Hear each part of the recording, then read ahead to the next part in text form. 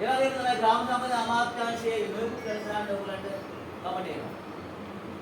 ඒකත් තමයි ගෙවල් අලංකරණය කරලා හොඳම ගෙවල් තෝරන්නේ වගේ වැඩසටහන්. ඒ ග්‍රාම සම්පද අමාත්‍යාංශයේ මගින් එන ව්‍යාපෘතිය ඒවත් ගමඩ කරගෙන යන්න ඔබට සම්පූර්ණ ආයෙ වෙන්න. ඔබ සම්පූර්ණ තමයි කරන්නේ. ඔබ තමයි ගමඩ කරගෙන යන්නේ. අමුදානක ව්‍යාප මම සංඛ්‍යාපෘතිය අනේ වගේ ඔබ අපි සමහර වෙලාවල ඔබට පොඩි මිනි ගාමන්ට් එකක් කට්ටි 10 දෙනෙක් කරලා මිනි ගාමන්ට් එකක් දාන්න පුළුවන්. 10 දෙනෙක් රැකියාව දෙන්නත් පුළුවන්. ඒකට මම සංඛ්‍යාපෘතිය තරම් කරන්නේ නේ.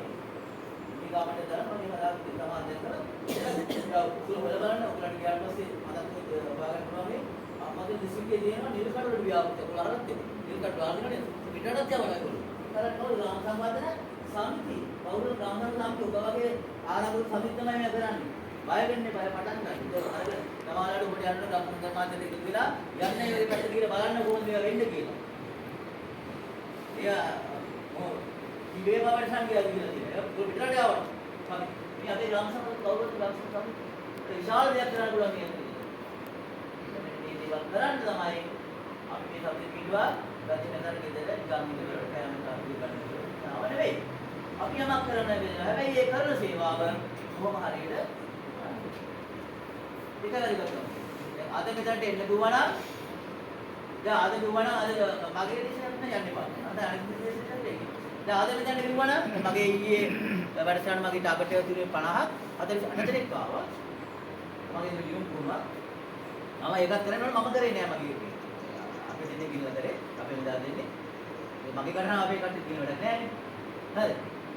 එතකොට හැබැයි ඒක අපි කිව්වා. ඊළඟට එනකොට ඊළඟට කෝල් කරලා කොහොමද මේ තත්ත්වයක්.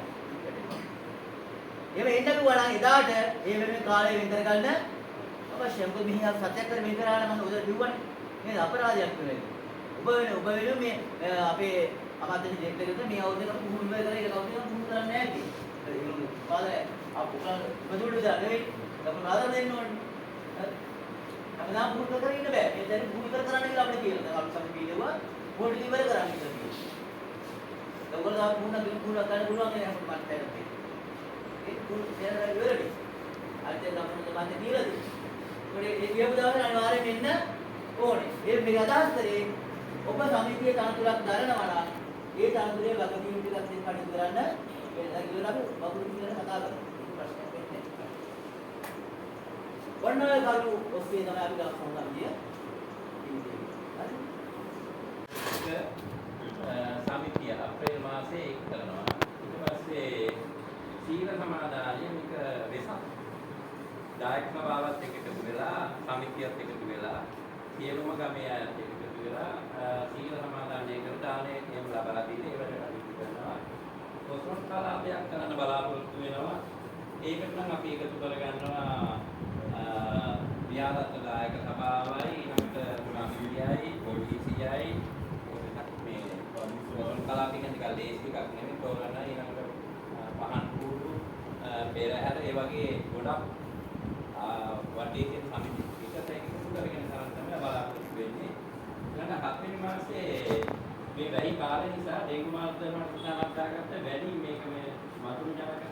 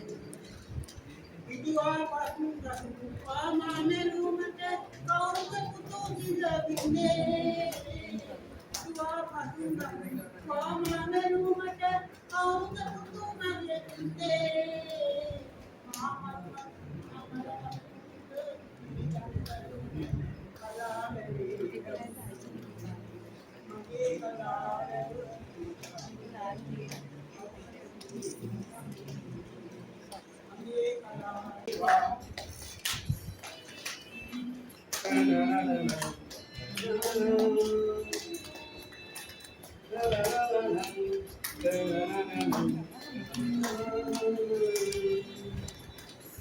මනුස්සකම් අහත ධම්මා ජාතිවාදයෙන් ධම්මනා චතුරු කමින් පිළිපෙදිලා මිනිසා හුඟා වෙලා මන්දෙයි මිනිසුනි ආදවිලා අල නැතේ කරගේ කුඩා ලොව ලස්සන වන්නේ ලෝභේ සම ඉපදුගනි දරුවන් වේවා වාද නැති වේග නැති ලස්සන ලෝකෙට අපට උදා වේවා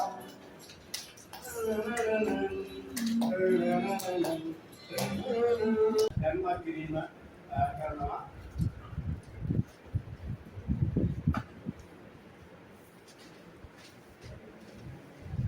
කාලිසිරේකම් කාර්යාලයේ අපේ ග්‍රාම සංවර්ධන නිලධාරීතුමා සම්බන්ධ වෙලා එතුමා එක සමීපව කටයුතු කරන කාර්ය සභාපතිවරයා කරනවා.